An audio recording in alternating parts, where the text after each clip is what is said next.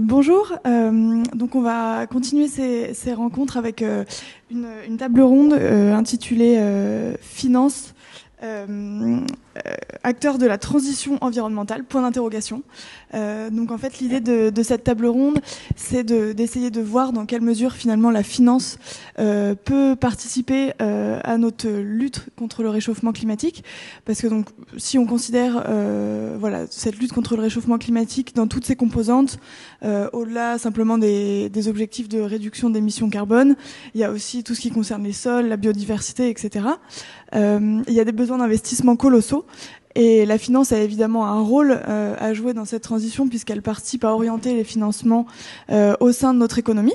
Donc je suis ravie de participer à cette table ronde où vous avez donc des intervenants qui représentent chacun des acteurs très divers du monde financier et qui apporteront du coup chacun un éclairage très complémentaire et très intéressant pour répondre à cette question. Donc je me tourne d'abord vers vous, Aymeric Poiseau. Donc vous êtes directeur général de la branche française de Fitch Ratings, donc qui est une agence de notation.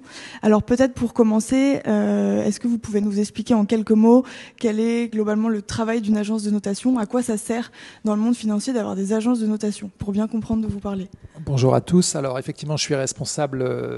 J'ai deux casquettes et je vais me prononcer avec les deux casquettes puisque je suis aussi responsable du développement investisseur pour l'agence de notation au niveau mondial. Parce que il ne vous échappera pas que le carbone ne connaît pas les frontières non plus. Donc c'était intéressant de savoir que c'était une problématique qui est mondiale. Et donc moi, je parle à des investisseurs, et notamment des investisseurs finaux, donc les détenteurs de capitaux au niveau mondial, qui soient Norinchukin Bank à Tokyo ou CalPERS en Californie. Donc alors, une agence de notation, donc moi là sur ce panel, finalement je suis l'observateur des marchés de capitaux. Je suis le thermomètre extérieur, obsédé par le risque, donc je regarde les risques. Les agences de notation, ça fait 150 ans que ça existe. On a fait historiquement du risque financier. Donc la notation crédit mesure la capacité à rembourser la dette, intérêt et principal. Point.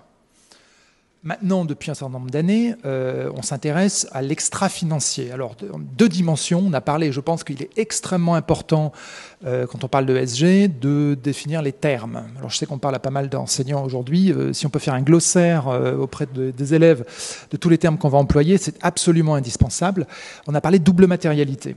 Alors, double matérialité, c'est d'abord la matérialité financière, chose que nous regardons, et parce que notamment les régulateurs demandent, parce que les agences de notation sont régulées, demandent aux agences de notation de regarder l'impact des facteurs ESG sur la notation crédit. D'accord ? Donc ça, c'est la matérialité financière. Quel est l'impact du E, du S et du G sur le profil financier ? Donc ça, c'est quelque chose qu'on fait depuis un certain nombre d'années. J'ai quelques chiffres qui sont assez parlants, je pense. Et puis, depuis peu, les agences de notation sont aussi de plus en plus impliqués sur la partie impact ESG, donc qui est l'impact des activités économiques sur l'environnement et sur la société. Et ça, ce n'est pas la matérialité financière, c'est vraiment l'impact ESG. C'est quelque chose qu'on regarde avec une autre approche. Merci beaucoup. Alors on reviendra sur tout ça. Voilà, simplement, ça permet de bien comprendre dans quel secteur vous travaillez. Alors Anne-Laurence Rouchet, vous êtes directrice générale déléguée de Mirova. Alors c'est une société de gestion, mais un peu particulière. Est-ce que vous pouvez expliquer en quelques mots ce que vous avez d'original par rapport à d'autres, ce qui fait votre marque de fabrique finalement? Oui, bien sûr. Alors donc, nous sommes d'abord une société de gestion, je vais peut-être dire un mot là-dessus. En fait, notre rôle, c'est de gérer l'argent de nos clients.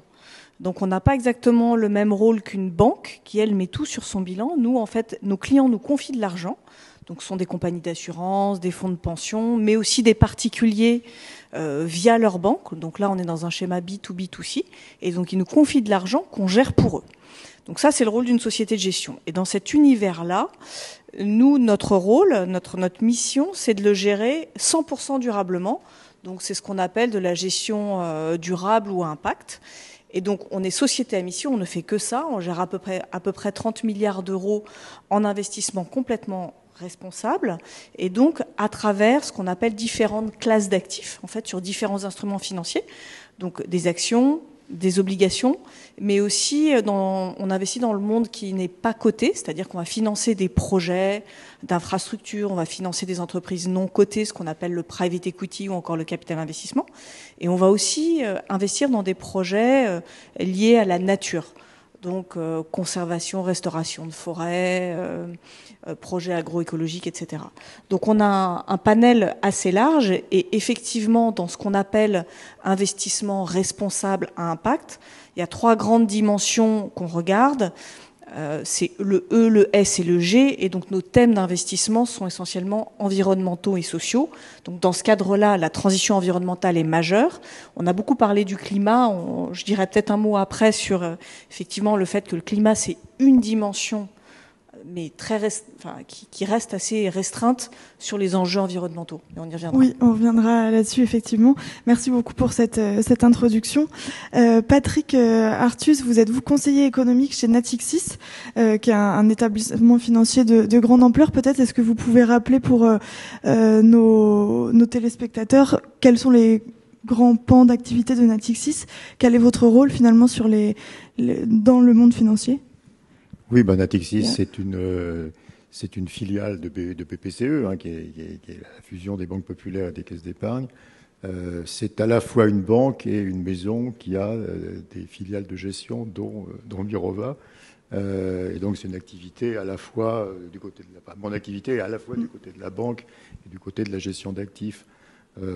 Après, le travail, ça consiste à faire de l'analyse économique pour le compte et en interne des équipes de la banque et en externe des clients de la banque pour les conseiller dans leur placement. Et effectivement, en ce moment, on a énormément de travaux qui portent sur la transition énergétique, et pas seulement énergétique, sur la façon d'adapter les portefeuilles, sur la façon d'adapter à la fois les portefeuilles de crédit de la banque, j'en parlerai peut-être tout à l'heure, et les portefeuilles d'actifs, de la gestion d'actifs, et de se rapprocher d'une situation idéale où le bilan de Natixis, globalement, serait compatible avec l'accord de Paris, qui est l'objectif que nous avons. Merci beaucoup. Alors pour terminer ce premier tour de table assez rapide avant d'entrer dans le vif du sujet, donc Philippe Heim, vous êtes président du directoire de la Banque Postale. Alors a priori la Poste, tout le monde voit facilement ce que c'est. La Banque Postale peut-être un peu moins. Est-ce que vous pouvez également revenir sur finalement quels sont les grands pans d'activité de la Banque Postale? Il y a plusieurs activités, pas que de la banque. Peut-être vous pouvez replacer tout ça. Oui, bien sûr. Alors peut-être, si vous me permettez, je vais en termes de focale, par rapport à notre sujet, je vais essayer de mettre en perspective pourquoi nous, la Banque Postale, et pourquoi comme acteur du secteur financier, on est vraiment aujourd'hui concerné par cette révolution qui est la prise en compte des problématiques environnementales. Je vais être très bref. D'abord rappeler qu'en Europe, on est dans un système financier qui est extrêmement intermédiaire, donc le financement de l'économie passe par les banques. C'est très différent du système financier américain. 75% du financement de l'économie transite par les bilans bancaires. Et c'est la raison pour laquelle les superviseurs, les gouvernements, quand ils veulent agir sur l'économie réelle, ils se rappellent au bon souvenir des banques et ils se disent, au fond, réglementer les banques, c'est un bon moyen d'agir sur l'économie réelle. Ça, c'est le premier point.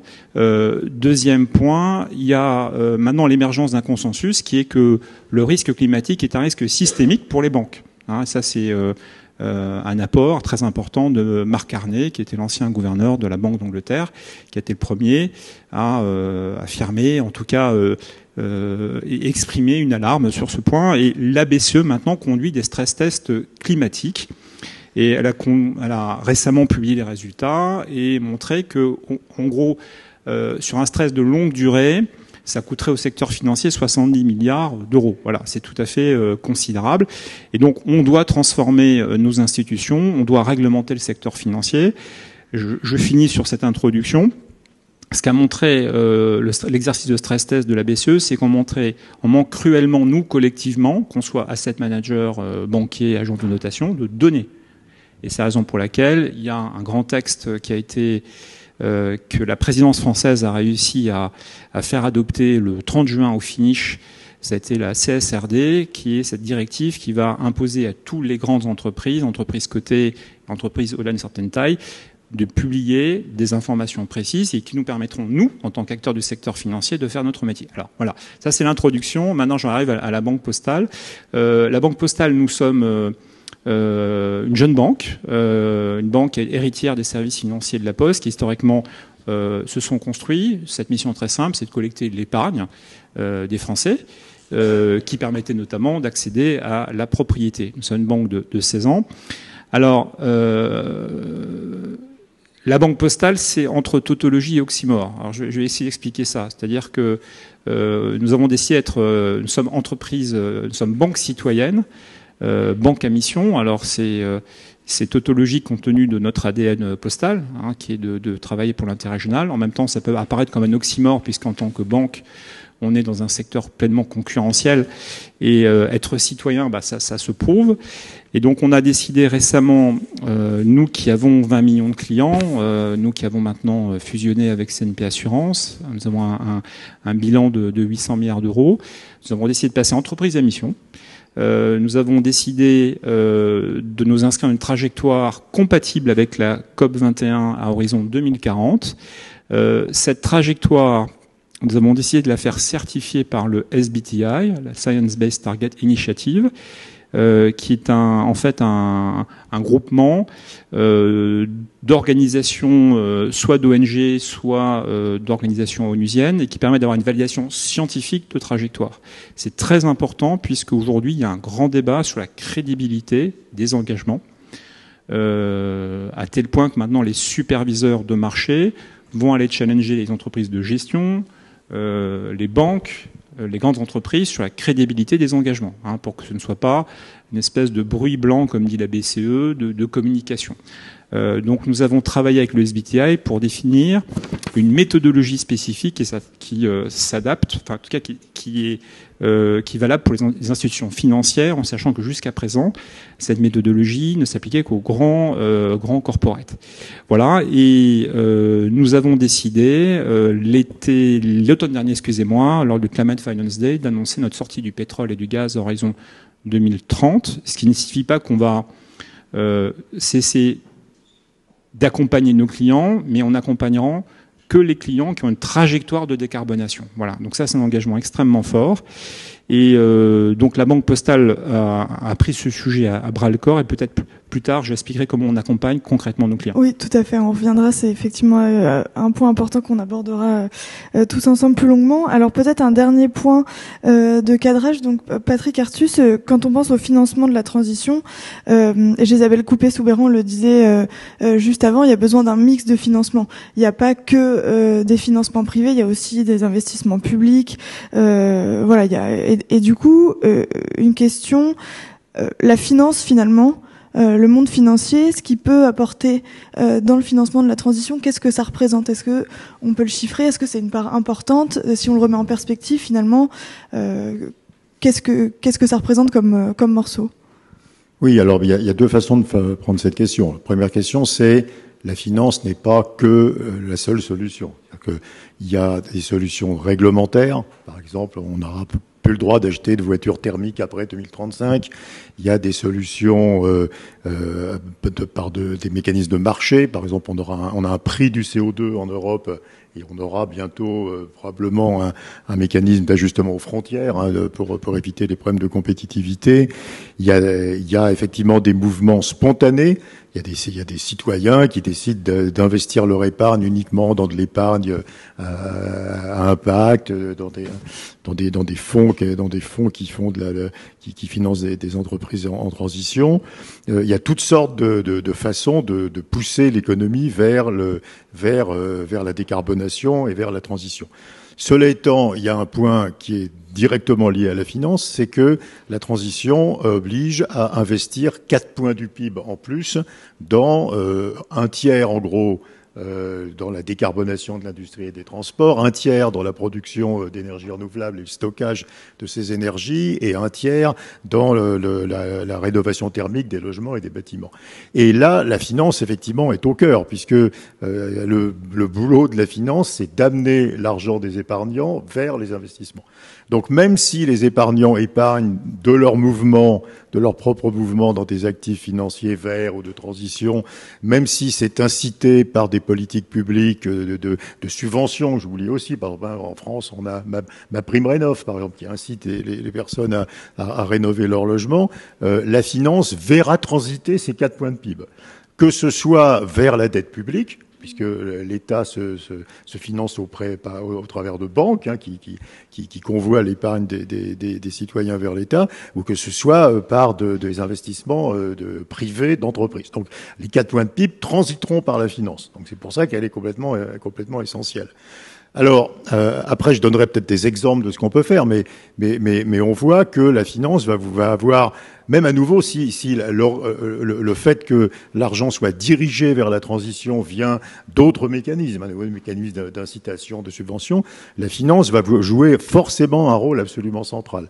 D'ailleurs, par rapport à ce que disait Isabelle juste avant, la finance n'est pas le problème. La finance est forcément la solution, puisque c'est elle qui va amener l'argent aux investissements. Donc effectivement, à un certain moment, d'une part par la régulation, d'autre part sous la pression des épargnants qui veulent un usage efficace et qui aille dans la bonne direction de leur épargne, et de son propre mouvement, la finance va devoir faire transiter ces 4 points de PIB vers la transition énergétique, et ceci est obligatoire. Donc, de toute façon, on ne fera pas la transition énergétique sans la finance. C'est pour ça que ce débat est extrêmement important. Et Aymeric Poiseau, vous disiez tout à l'heure que vous présentez comme observateur des marchés. Qu'est-ce que vous observez finalement? Est-ce que depuis quelques années, ce risque climatique, on voit qu'il a des conséquences sur les performances financières, les notations crédit des entreprises que vous suivez, ou pas forcément? Est-ce que c'est ça qui les incitera à bouger, ou finalement non, ça passe par d'autres mécanismes? Qu'est-ce que vous voyez? Aujourd'hui, on a les outils, nous, on s'est équipés. Alors, comme il était dit juste avant, effectivement, on est tous demandeurs de données. Mais aujourd'hui, nous, en tant qu'agence de notation, on a les outils qui nous permettent d'extraire dans notre analyse crédit l'impact des facteurs ESG. Alors, on a 2 problématiques là aujourd'hui. Moi, j'ai un chiffre qui est l'archétype du verre à moitié vide, à moitié plein, qui est aujourd'hui, on a 4 ans d'historique sur 10 000 entités pour lesquelles on a donc 145 000 scores d'analyse des facteurs ESG, l'impact des facteurs ESG sur le crédit. Qu'est-ce que ça nous dit sur les entreprises non financières? Ça nous dit que pour 23% de notre portefeuille, au niveau mondial, tout secteur confondu, il y a un impact ESG. Il y a un impact des facteurs ESG sur la notation crédit. Alors, si vous êtes l'avocat du diable, vous allez dire, oui, mais ça veut dire que pour 77% des cas, il y a peu d'impact. Oui, 77%, il y a peu d'impact. Alors là, on retrouve la tragédie des horizons de Marc Kearney, parce que quand on regarde, nous, quand on évalue le risque crédit, c'est sur typiquement l'horizon d'une dette moyenne sur les marchés. On est inférieur à moins de 10 ans, d'accord? Donc autant dire qu'une grande partie de votre risque climatique n'est pas captée. Et deuxièmement, et ça c'est peut-être un point encore plus important, qui est qu'on est sur du risque financier qui doit se matérialiser sur le cash flow, la valorisation des actifs, etc., etc. Et ce qu'on observe, nous, c'est que pour beaucoup de secteurs économiques, en fait, il y a peu de matérialisation. J'ai des cas concrets. Vous prenez Vale. Si les gens connaissent Vale, c'est le premier producteur au monde de minerais de fer. Ils ont eu en 2015 un barrage qui a lâché en Amazonie, 250 morts, un désastre économique, écologique surtout. Économiquement parlant, on les note, ça n'a pas eu un impact gigantesque pour plein de raisons. Ils ont beau faire la une des journaux, etc.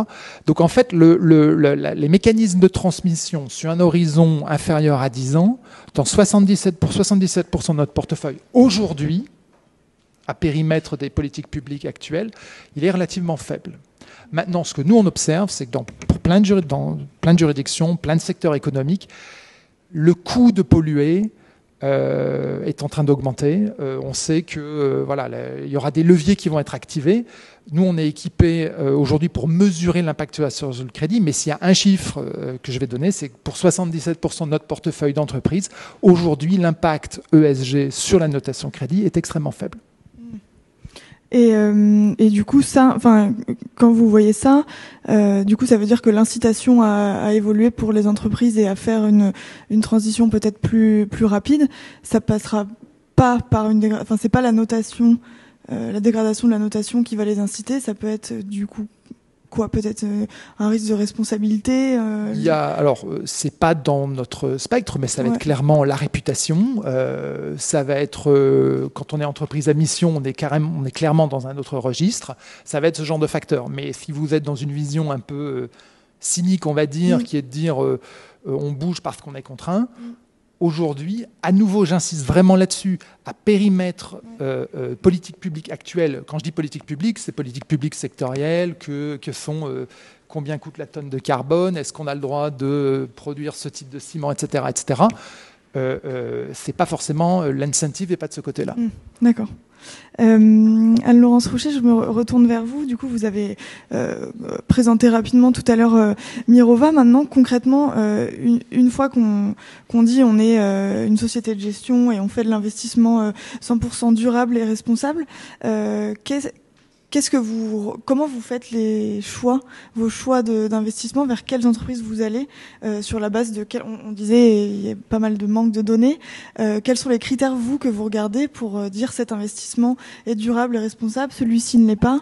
Est-ce que vous étudiez quand vous regardez l'impact, c'est l'impact en termes de réduction carbone, en termes d'autres choses. Voilà, comment vous faites concrètement Alors, avant de répondre à votre question, je vais peut-être apporter un éclairage un tout petit peu complémentaire à ce qu'Aymeric vient de dire. Allez-y. Parce que je pense il touche du doigt quelque chose qui est vraiment important, qui est en fait la confiance qu'on a dans les entreprises ou les entités dans lesquelles on investit.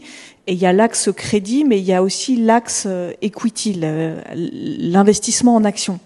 Et en fait, ce qu'on voit, l'impact sur la notation de crédit, il est relativement limité sur le cours de bourse. Donc sur le cours des actions cotées, il y a un impact qui est plus fort pour des raisons qui semblent assez logiques, c'est-à-dire que dans la valorisation d'une action, on n'est pas uniquement sur la capacité à rembourser un titre de dette, on valorise quelque chose de beaucoup plus large.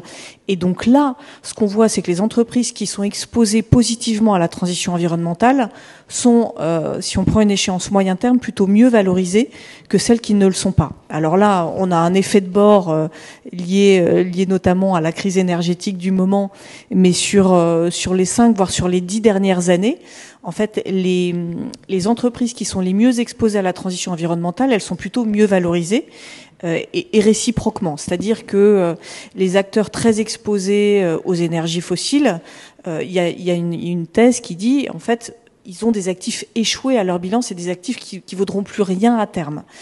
Et donc ça, c'est un angle, ils vaudront plus rien parce qu'ils polluent, etc. Un autre angle, c'est aussi de le prendre au-delà des réglementations, c'est de se dire qu'est-ce que les clients vont vouloir acheter.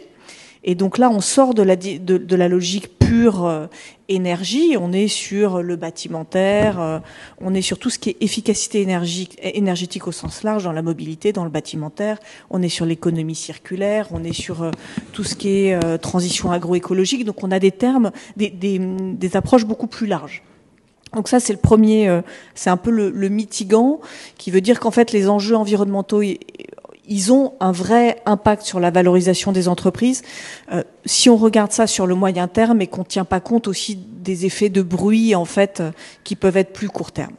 Ça, c'est le premier élément. Alors maintenant, si on vient sur les critères qu'on regarde, nous, pour investir dans ce qu'on appelle, alors je vais prendre peut-être l'angle environnemental en premier.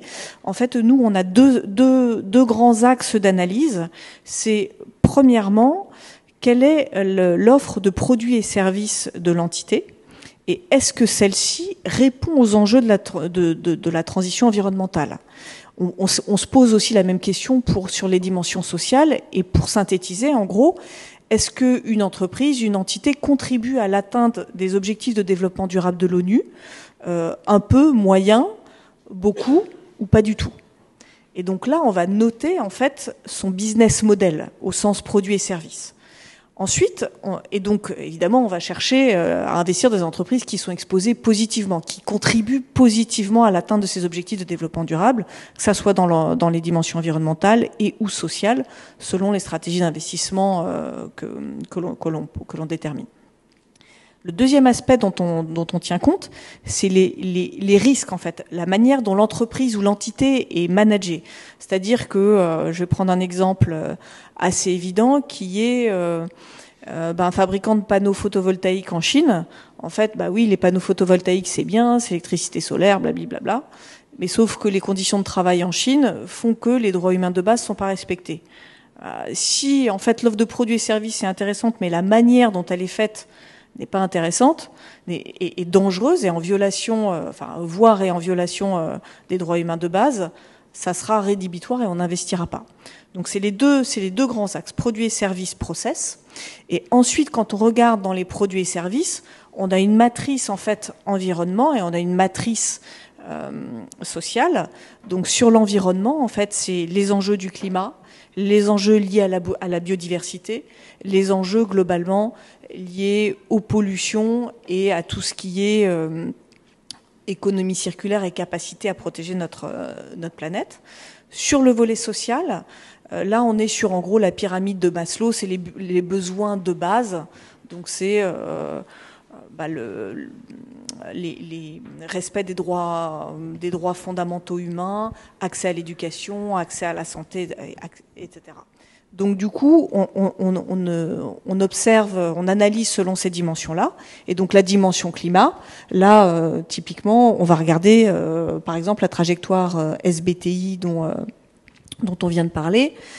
Et les trajectoires SBTI, donc c'est des trajectoires validées scientifiquement sur une trajectoire carbone d'une entité. Pour nous, c'est un angle effectivement qui est important. Après, on n'a pas forcément besoin d'avoir cette trajectoire pour se faire un avis. Il y a d'autres acteurs comme Carbone 4. Et puis souvent, quand on suit les entreprises dans la durée, on sait quelle est leur stratégie, on sait quel est leur niveau de capex sur la transition climatique. Donc on a d'autres indicateurs qui nous permettent de voir si l'entreprise est en marche ou pas. Merci beaucoup. Alors je reviens vers vous, Philippe Heim. Vous avez commencé vous avez rappelé les engagements qu'a pris la Banque Postale il y a quelques mois, donc de stopper ses financements dans un premier temps et ensuite arrêter tous les investissements dans les entreprises qui ont des projets d'expansion dans le secteur pétro-gazier. Comment vous en êtes arrivé à prendre cette décision-là? Peut-être rappeler qu'il y a eu avant des engagements sur le charbon, etc.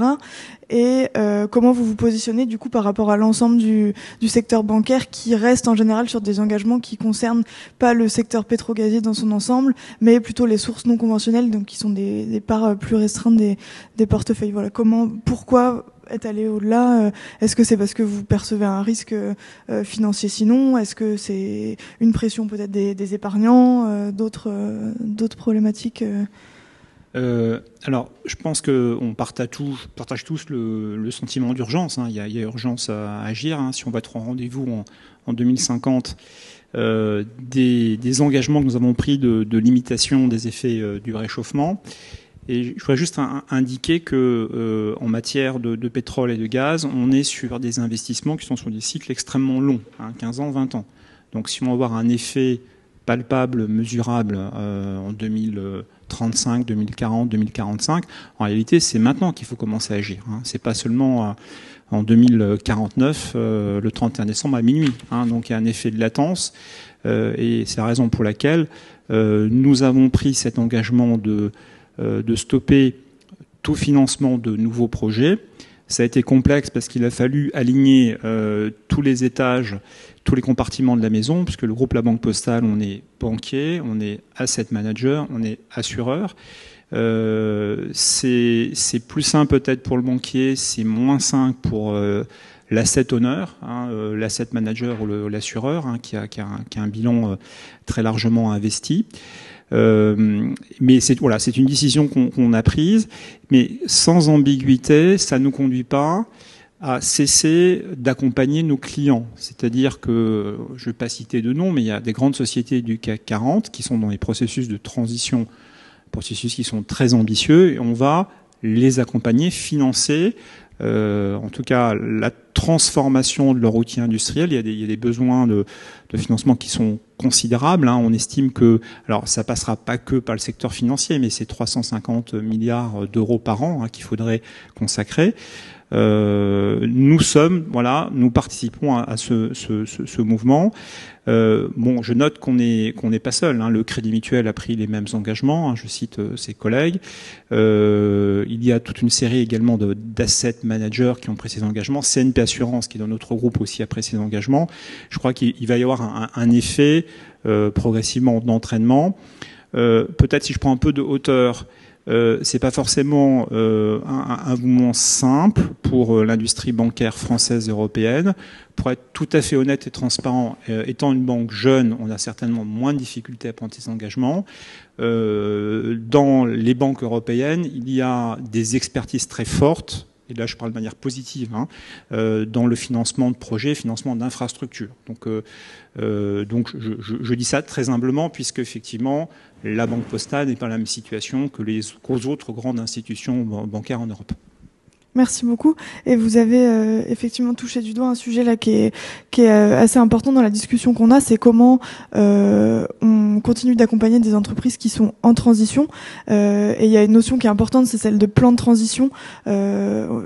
Voilà, on peut considérer qu'on continue à financer, à investir dans une entreprise qui a un plan de transition crédible. Comment on s'assure que les plans de transition sont crédibles? Alain Rouchet, j'imagine que vous vous posez ces questions au quotidien. Qu'est-ce que vous attendez de voir dans un plan de transition d'une entreprise pour considérer que c'est pertinent de continuer à la financer? Par exemple, qu'est-ce qu'on fait avec des géants qu'on voit, des grands pollueurs type Total, etc. Est-ce que le but, c'est finalement de rester présent pour inciter une transformation, et à quelles conditions? Ou de dire finalement on arrête? Les deux visions existent. De quel côté vous placez? Nous, on a plutôt une vision qui est, notre enjeu, c'est on fait partie des acteurs qui veulent vraiment tirer le marché de l'impact. Donc, on va pas financer des grands pollueurs qui sont en transition. On va considérer, en fait, qu'ils sont pas assez avancés. Donc, par exemple, les industries fossiles, on n'est pas, notamment les extractifs pétrolières, on n'investit pas. Cela étant, on n'est pas manichéen non plus, c'est-à-dire que le jour où on va voir que ces acteurs ont des plans de transition qu'on commence à estimer comme étant suffisamment solides, suffisamment ambitieux en volume de leur chiffre d'affaires, en volume de leur capex, on n'exclura pas de les accompagner. Parce que justement, ils auront opéré une transformation de leur stratégie suffisamment importante. Mais aujourd'hui, sur ces acteurs-là, on n'en est pas là. C'est pas une critique, ça veut pas dire que c'est pas bien de les accompagner. C'est juste que nous, c'est pas notre positionnement. Nous, notre enjeu, c'est vraiment d'aller pousser, d'aller valoriser les mieux-disants. Donc on est dans cette dimension-là, mais pour autant, on se pose quand même la question de la valeur ajoutée qu'on pourrait avoir à être actif auprès d'acteurs en transformation, parce que justement, c'est problématiques qu'on connaît bien. Et là justement. Et du coup, notre ligne de démarcation entre ce qui passe et ce qui passe pas le cut, entre guillemets, c'est se dire finalement, on revient à l'axe produits et services. Dans quelle mesure les produits et services de l'entreprise donnée répondent aux enjeux du développement durable. Une extractive pétrolière, quand 95% de son business est lié au pétrole, elle répond pas aux enjeux du développement durable. Et si son volume de capex est pas important vers la transition environnementale, elle y répond pas. A contrario, si on prend par exemple l'exemple de l'automobile, qui aujourd'hui qui produit essentiellement des véhicules thermiques, ce qu'on voit, c'est qu'il y a une transition très forte. En 2035, arrêt de production de véhicules thermiques. Il y a une transition très forte des fabricants automobiles et aussi des équipementiers.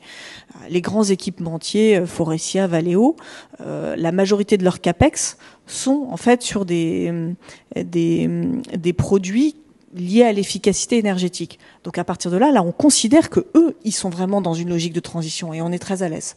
Donc c'est comme ça qu'on fait notre notre ligne de démarcation. Et parmi vos outils, vous avez la possibilité d'avoir une politique d'engagement actionnarial. Ça, est-ce que vous pouvez expliquer finalement en quoi ça consiste, et peut-être que vous avez réussi dans certains cas à obtenir justement des infléchissements de certaines trajectoires auprès de certaines entreprises que vous accompagnez. Est-ce que c'est vraiment effectivement, là, j'ai beaucoup parlé de la manière dont on analyse les entreprises, mais en fait, il y a beaucoup de choses qu'on fait au-delà de l'analyse. Et je pense que c'est assez important quand on est société de gestion. On peut voter, on peut faire un dépôt de résolution, on peut faire de l'engagement bilatéral avec les entreprises. En fait, nous, on investit on accompagne dans le long terme les entreprises qu'on a choisi d'avoir en portefeuille. Et donc, en fait, on est dans ce qu'on appelle un dialogue actionnarial, c'est-à-dire qu'on voit régulièrement l'équipe de management et on leur dit, tiens, là, on trouve quand même que votre système d'incentive du management, il n'intègre pas assez de critères environnementaux et sociaux, etc. Donc, on a cette politique de dialogue. Ça peut être plus musclé quand on peut se mettre en coalition avec d'autres investisseurs. On est aussi actif au niveau du régulateur. On a été très impliqué dans la rédaction, dans les inputs en fait qui ont été donnés à l'Union européenne pour la rédaction du package du Green Deal en fait, et tout ce qui est SFDR notamment, qui nous concerne, donc la réglementation en fait développement durable appliqué à la finance. Donc on a beaucoup de moyens d'être actifs. Après nous, comme encore une fois, on investit plutôt dans des bons élèves. Je vais pas dire qu'on a une politique activiste, parce que c'est quand même déjà plutôt des acteurs qui se positionnent bien. On a un exemple qui est une exception notable dont vous avez entendu parler, qui est Orpea. Donc là, on n'est pas sur le sujet environnemental, mais sur le volet social. Il y a une grosse controverse sur Orpea depuis quelques mois. Et en fait, on a choisi de rester investi dans Orpea, en fait, pour les secouer. Et pour du coup faire du dépôt de résolution et exiger la transformation plus profonde de l'entreprise, avec notamment le fait qu'elle devienne entreprise à mission, qu'il y ait des changements importants dans la gouvernance, etc., etc. Donc ça, c'est une exception notable, et on voit en fait qu'on peut être écouté, même en étant un petit acteur du monde financier. On est un tout petit acteur avec nos 30 milliards sous gestion. On peut quand même avoir une part de voix assez importante. Mais voilà, c'est pas notre business model aujourd'hui. Oui, d'accord, merci beaucoup. Patrick Artus, sur cette question des plans de transition des entreprises, vous avez aussi une expérience là-dedans, et d'apprendre à peut-être voir quels indicateurs sont pertinents pour juger ou non de la crédibilité. D'expérience, qu'est-ce que vous avez à apporter là-dessus ? Le problème du côté d'une banque est différent du problème du côté d'une société de gestion, puisqu'une banque ne peut pas tout d'un coup arrêter de financer toutes les entreprises qu'elle a arrêtées depuis l'origine des temps. Donc on est obligé d'avoir une approche assez différente, et on essaie de financer, de fabriquer avec les entreprises un plan de transition qui est basé sur ce qu'on appelle des KPI, c'est-à-dire des indicateurs clés qu'on va suivre. C'est-à-dire que je donne juste un exemple concret, parce que c'est plus facile de visualiser. Vous prenez une société, je sais pas quoi, du pétrole et du gaz, qui décide de se transformer progressivement dans une société des énergies renouvelables. Vous allez financer cette transformation. Et pour ça, vous allez monter un plan qui soit des obligations le plus souvent, soit des crédits, qui va décider du taux d'intérêt que paiera cette entreprise en fonction du respect ou non d'un certain nombre d'indicateurs clés sur une trajectoire qui peut être assez longue, parce que ça peut durer sur 10 ans ou sur 20 ans. Et donc, vous allez définir un certain nombre d'indicateurs, de KPI. En général, il n'y en a pas beaucoup, il y en a 3 ou 4, qui sont des indicateurs qui suivent la transformation de cette entreprise. Par exemple, ces émissions de CO2, scope 1, scope 2, scope 3, sur l'ensemble des émissions. Et puis, vous allez dire à cette entreprise, si vous êtes mieux que les indicateurs qui ont été pris comme objectif, vous allez payer un taux d'intérêt qui est un peu plus faible. Et si vous êtes moins bien, vous allez payer un taux d'intérêt qui est un peu plus élevé. Avec un débat avec l'entreprise, c'est qu'est-ce qu'on fait de l'argent quand le taux d'intérêt est plus élevé. L'argent ne va pas à la banque. L'argent, il peut aller à des ONG, il peut aller un peu à des investissements de transition supplémentaires dans l'entreprise, etc. Et ceci est compliqué. Je crois qu'il faut se rendre compte que on est là dans la main de la bonne volonté de l'entreprise, mais de la bonne volonté et de la bonne foi du banquier. parce que c'est assez facile de fabriquer des KPI qui peuvent être détournés ou qui sont pas pertinents. La plaisanterie que j'utilise toujours, c'est l'obligation de transformation d'une mine de charbon qui est basée sur des KPI, sur l'inégalité de salaire homme-femme, mais continue à faire du charbon, quoi. Je veux dire. Donc évidemment, il faut éviter ça. Et donc c'est assez exigeant en honnêteté intellectuelle, hein, de la part du banquier, qui va prendre des indicateurs qui sont sérieux. Le second problème, c'est comme vous suivez l'entreprise sur une très longue période de temps, vous maîtrisez pas la technologie. C'est quoi la technologie, je sais pas, de capture du carbone dans 20 ans? Peut-être que ce sera beaucoup plus facile de capturer le carbone et les entreprises y recourront beaucoup plus. Le champ de l'entreprise, elle peut faire des acquisitions. Mon pétrolier, il peut acheter une entreprise d'éoliennes et donc il va améliorer ça. Et donc vous devez réviser vos indicateurs clés périodiquement, tous les ans, tous les 2 ans, pour tenir compte de ces évolutions. Donc oui, c'est assez compliqué, mais si vous faites pas ça, et si vous faites uniquement le travail d'Anne Laurence, c'est-à-dire vous allez Laurence peut le faire, parce que elle sélectionne ces entreprises dans lesquelles elle investit. Une banque ne peut pas du jour au lendemain laisser tomber 60% ou 70% de ses clients qui après auront le bon goût d'aller chercher une banque chinoise, par exemple, pour financer leurs horreurs, hein. Donc nous, on a une contrainte de conserver nos clients en les poussant à se transformer. Et alors, il faut être réaliste, c'est-à-dire, faut pas leur demander ce qu'ils ne peuvent pas faire, mais il faut que ça soit quand même exigeant. C'est-à-dire qu'il faut pas que ça se fasse tout seul, quoi. Et oui, c'est vraiment quelque chose qui est fin dans le réglage et qui est pas simple à faire. Et honnêtement, on peut pas donner de nom, mais on n'est pas tous autant exigeants dans le marché de la finance internationale, quoi, dans le marché des banques internationales, quoi. Je crois que nous, on est relativement exigeants. Je prends quelques camarades américains, ils sont moins, quoi, hein. Et Philippe Heim, justement, est-ce que vous avez développé des outils particuliers pour inciter vos clients, notamment entreprises, à changer leurs pratiques ? Alors, il y a deux éléments que je peux peut-être développer ici. C'est une conviction, c'est que d'abord, il faut rendre nos clients acteurs de la transition. Deuxième conviction, c'est qu'il faut aussi transformer notre manière de faire notre métier de banquier. Faire de nos clients les acteurs de la transition, c'est par exemple avoir toute une palette de produits, de services qui participent justement, qui accompagnent cette transition. Alors très classiquement, je vais être rapide, hein, ce sont des prêts verts, ce sont des green bonds, donc des instruments de financement avec des KPI, des obligations de reporting et qui sont orientés justement vers des projets vertueux. Alors c'était très classique pour le secteur des entreprises, ce l'est moins pour le B2C, c'est-à-dire le retail. Et on développe depuis 2 ans des produits justement pour que nos clients retail soient eux-mêmes acteurs de la transition. Alors, je vais donner quelques exemples très concrets parce que ça a l'air un peu théorique.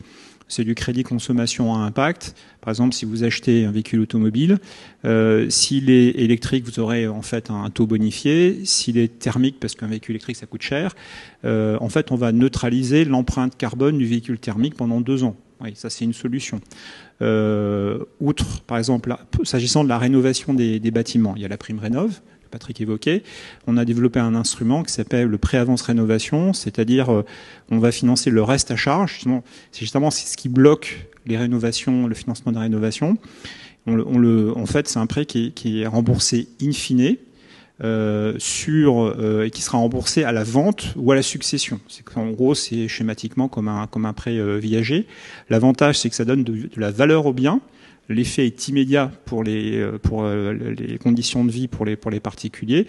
C'est un peu d'ingénierie, mais au fond, c'est pas très compliqué. Ça répond à un besoin très concret de nos clients. Il y a ensuite, pour les produits d'épargne, les gammes de produits ISR, les gammes de produits article 9. Voilà. Et je vais peut-être revenir sur un point, l'engagement actionnarial quand on est entreprise de gestion, parce que LBP Asset Management est souvent aux côtés de Mirova en avant-poste sur ces questions. Juste une conviction, c'est très important que, en tant qu'asset manager, on reste au capital des sociétés qui sont cotées. On pourrait se dire, au fond, c'est beaucoup plus simple de sortir. Nous avons les pressions d'ailleurs des ONG qui ne font pas juste qu'enquiquiner les grands du CAC 40 dans le pétrole, qui aussi nous enquiquinent une société de gestion.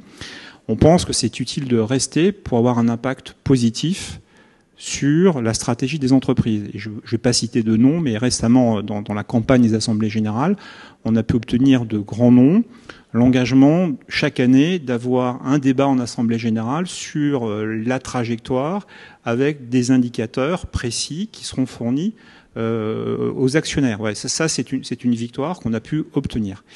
Voilà, donc on essaie de rendre nos clients acteurs de la transition. Et puis deuxième élément, je vais être très rapide parce que je prends un peu de temps, c'est transformer notre métier de banquier qui est notre métier de banquier quand on octroie un crédit. Généralement, l'enjeu c'est d'être certain qu'on va être remboursé. Mais l'idée c'est dans la décision de crédit, incorporer une dimension, quel est l'impact environnemental, social du projet qui m'est présenté. Et ça sera un élément dans la prise de décision. Alors ça ne sera pas l'élément unique, mais ça peut être un élément d'irriment. Je sais que Natixis travaille exactement sur les mêmes outils, ce qu'on appelle nous l'impact weighting factor. Le green weighting factor. Voilà. Je suis persuadé que le superviseur l'imposera à l'industrie bancaire d'ici 5 ans. Hein, mais c'est un outil. Cela étant, Philippe, juste quand la BCE, la conférence d'avant, mettra en place une politique discriminante de repo ou d'achat d'actifs en fonction de leur côté plus ou moins vert, tous ces instruments en fait deviendront l'instrument de la BCE. Merci beaucoup. Aymeric Poiseau, peut-être vous avez des éléments à ajouter par rapport à ces notions de plan de transition. Et je voulais vous poser une autre question sur une thématique qu'on n'a pas encore abordée. Donc, il y a de plus en plus de produits financiers divers qui émergent, etc. Vous venez justement de parler des green bonds, les obligations vertes. Il y a aussi un sujet de savoir si tous ces produits sont véritablement verts. Il y a un enjeu de c'est devenu un outil aussi de communication. Vous avez développé une méthode d'évaluation pour les produits labellisés, notamment Green Bond. Est-ce que vous pouvez nous dire là comment ça fonctionne? Oui. Et est-ce que, en fait, finalement, ce que vous évaluez, c'est le caractère vert de ces produits, ou est-ce que c'est leur performance financière? Alors, donc là, on n'est plus dans la matérialité financière. Donc, c'est une entité du groupe qui s'appelle Sustainable Fitch qui mesure l'impact ESG. Donc là, on n'est plus dans la matérialité financière qui relève du domaine de la notation crédit traditionnelle, on va dire. Donc ça, c'est quelque chose qu'on fait depuis peu maintenant. Et donc là, on regarde vraiment l'impact ES, le G étant un moyen, on va dire, sous-jacent, d'instruments. Le G, pour rappel, peut-être, du coup, c'est la gouvernance. La gouvernance. Donc là, on commence, nous, le premier gisement qui nous intéresse, c'est le marché des instruments dits labellisés. Donc il y a les obligations vertes, il y a les obligations sociales, et il y a, on a évoqué tout à l'heure, les obligations à KPI. Donc ça, c'est des choses qu'on évalue aujourd'hui, mais vraiment dans une dimension impact E et S. On a une méthodologie aujourd'hui qui nous permet d'évaluer l'impact E et S d'une entité entière, indépendamment de savoir si c'est un instrument green, etc. C'est vraiment l'entièreté de l'activité. Un point que pour être positif, aujourd'hui, on a de plus en plus d'outils à notre disposition. Quand je dis à notre disposition, c'est les marchés. Un terme que je suis surpris, quasiment 7 minutes avant la fin, on n'a pas évoqué, c'est taxonomie. Aujourd'hui, on a... Alors, vous allez lire plein de choses sur les taxonomies, elles ne sont jamais parfaites, le fait qu'on ait introduit le gaz, le nucléaire, aïe, aïe, aïe, etc. Elles ont plus que le mérite d'exister. On a aujourd'hui des référentiels qui permettront demain d'être utilisés... sur les bilans bancaires, qui aujourd'hui, voire demain matin, seront utilisés SFDR, c'est-à-dire en gros disclosure de l'alignement sur les taxonomies des portefeuilles d'actifs. Et ça, c'est en Europe, mais au niveau global, il y a des taxonomies partout. Le maître mot étant qu'elles sont basées sur des critères scientifiques. Donc, on a ces outils-là, donc nous on les utilise, on est les premiers consommateurs de ces taxonomies et des critères scientifiques sous-jacents pour les activités qui ne sont pas couvertes par la taxonomie. Et ça, pour nous, c'est extrêmement important pour évaluer les 50 nuances de vert qu'on peut avoir sur les instruments et sur les entreprises, parce que nous, le travail, c'est d'aller au-delà de... Il y a une étiquette, c'est green. Je dirais que le green bond étant le cas le plus simple, parce qu'on est fléché, d'accord, donc on a un instrument qui finance un type d'actif bien identifié. Donc à charge pour nous d'évaluer l'impact, E et S, de ce qui est financé. D'accord ? Et puis la structure, le monitoring, etc. etc., etc. Quand on rentre dans les instruments de type KPI, là, c'est encore plus... c'est plus difficile, mais pour citer quelques exemples, parce que quand on mesure l'impact, c'est... si je fais un green bond qui finance un quart de huitième de PUM de mon bilan, quid de l'impact pour la planète.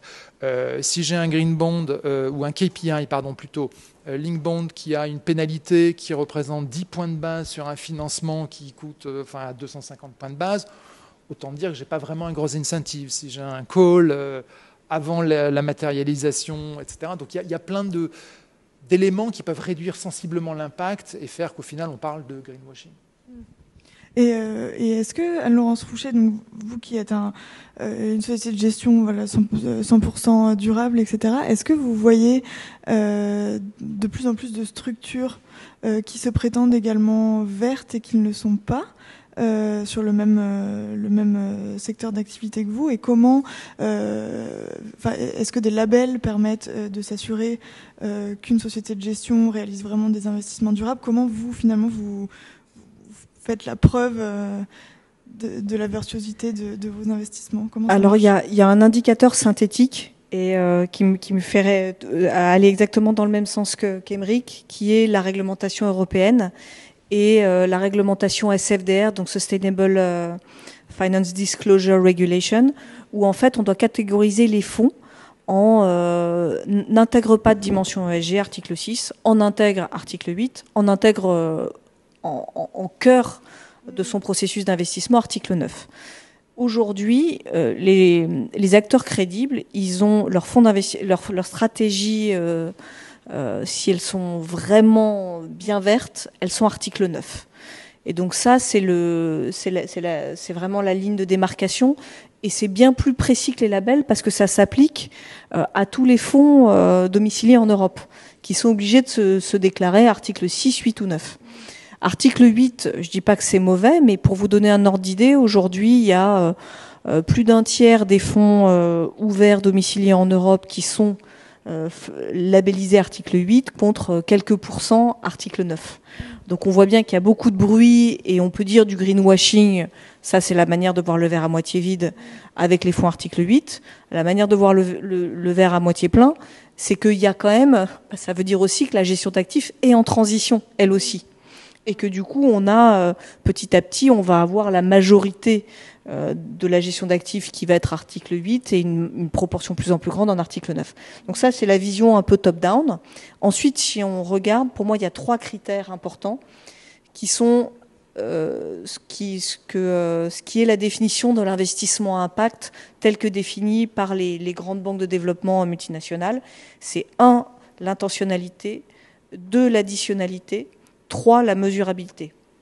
1, l'intentionnalité, ça peut être entreprise à mission.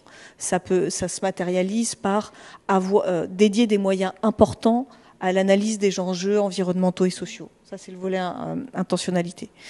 2, l'additionnalité, c'est s'intéresser et essayer d'avoir une vraie additionnalité dans le marché et de ne pas être un mouton. Donc, c'est comment est-ce qu'on est additionnel dans le marché? C'est en ayant des stratégies d'engagement qui font bouger les choses. C'est en ayant des stratégies d'advocacy auprès du régulateur qui vont faire bouger la réglementation. C'est en investissant dans des entreprises qui ne sont pas encore des large caps très bien identifiées, mais qu'on va aider à accélérer, que ce soit dans le monde coté ou dans le monde non coté. Donc là, c'est être vraiment additionnel. Nous, sur les marchés non cotés, on pense qu'on est très additionnel. Et sur les marchés cotés, on monte des stratégies qui sont assez neuves, égalité, enfin, sur la diversité, sur la transition environnementale avec des sujets bien spécifiques, etc. La dernière dimension, c'est la mesurabilité, c'est être capable de démontrer ce qu'on fait, de donner de la transparence sur ce qu'on fait.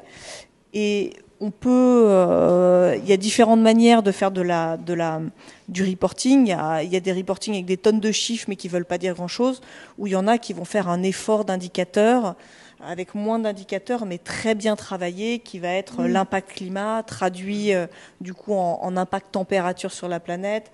Donc du coup, cette qualité de reporting, pour nous, est assez importante. Donc, si vous devez regarder dans le détail, c'est ces 3 critères-là: intentionnalité, additionnalité, mesurabilité. Merci beaucoup. Alors, il nous reste 1 minute 30.